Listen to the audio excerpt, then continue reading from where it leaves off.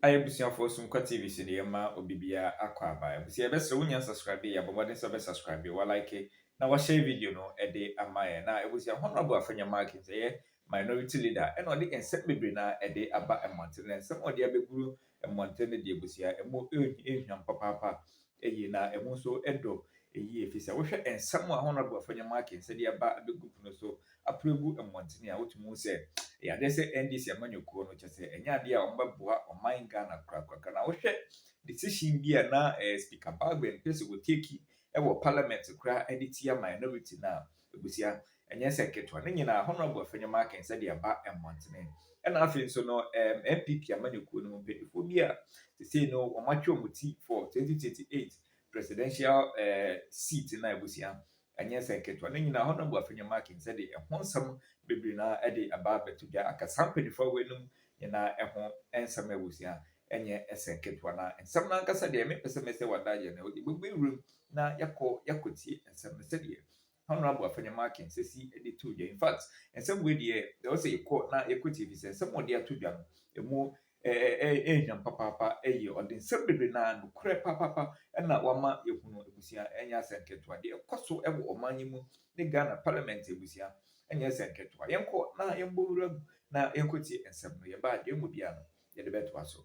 Started as a middle bencher 2013 when I was a backbencher, and the leadership positioned some of us to be in the middle bench to throw the punches, so they would come in when your back is against the wall.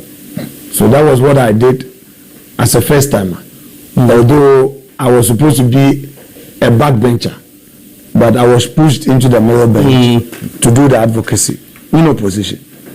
Then we came into government. I didn't make it into leadership, but then I still had to stay in the middle bench to be giving it back, because you see, if you don't push back, your back would always be against the wall. So that was a role that was assigned to me. And I did that for first 4 years, and then I had to come into leadership as deputy. And Che would always reserve the big days for me. So he would prepare me when some people say, I am boisterous. That one is also coming from you. That's true. I have to accept it because it's a role I have to play. He knows procedure, and he also knows the rules, but he has my advocacy as a lawyer, and he needed that strength. So we will prepare on debate. We will prepare, and also, deputy leader, these are the lines you have to take. But you don't have to underestimate NDC. You know, MPP, we are like a middle class party. NDC has its roots from the revolution, and it's a grassroots party. So when you are dealing with NDC and you go the, a crutchy-full way, you will stay in opposition forever. So you need to strategize. It's a mix of when you have to negotiate, when you have to punch, and when you have to lay back and all. So you realize that, especially in the last 4 years, it was 137, pound for pound, almost on daily basis. And these are the strong team. The Ablakwas, the Suwinis, the Defiamapos, Ayaragas, they were there. And they had a strong leadership.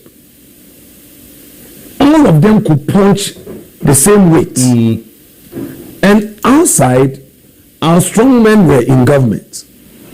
And we had some other MPs whose energy levels were not as strong enough to face the other side. So on any given day, you have about 10 hitting on government, setting all manner of agenda. I was alone. And I had to carry all on my shoulders. So seeing me boisterous, seeing me punching, it was a necessary intervention. You know? And for instance, when I eventually became a majority leader and speaker ruled against us, people said, oh, why didn't you negotiate? Why did you run to the Supreme Court? Look, all doors were shut. All doors were shut? All doors were shut. In terms of engagement. People didn't realize that it was close to election. Speaker would be can never be neutral. Speaker has a party. And I knew that Speaker was also doing the bidding of his party. All right? The pressure that I put on him, he received, if not more, similar pressure from his party. But what must I say? Over. You see, so this was a situation where we had gone to engage him. And looking at the situation, he was only going to listen to us and not to rule. And I'm the leader. He rules and says that I've declared 4 seats vacant. What that meant practically was that I was a minority leader. What that meant practically was that there could be no government business. What that meant was that the committee leadership would also have to change, committee composition. People didn't know what that meant. Committee composition. What it meant also was that the new majority, if it had been allowed to stay, will now dictate to government what government should do. And our friends were poised to do that politics. There was no way for me. So I had to now seek interpretation, which I did. And now minority leader. Look, we went into an election, very bruised. We expected, we were looking forward to winning. We didn't win. And even so, the performance in Parliament was not what we expected. That even if we lose, we should come back with some 130 seat, 120 seat, or in the worst case, in 100. Now we are back to our 1997 squad, where they were 61, NDC 133. So now 88 against 187. None of the independent MPs join us.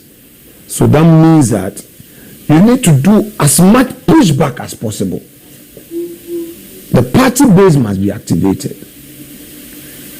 You must also lead the rebranding. Now, there is no party leader. We don't have a flag bearer yet.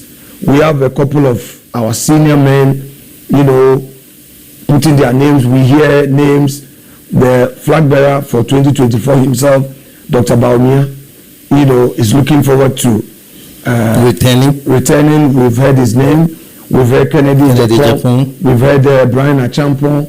We've heard Dr. Educhum. And I'm sure a couple others will also come up. You get the point. So now, as a leader in Parliament, de facto, everything is on my shoulders to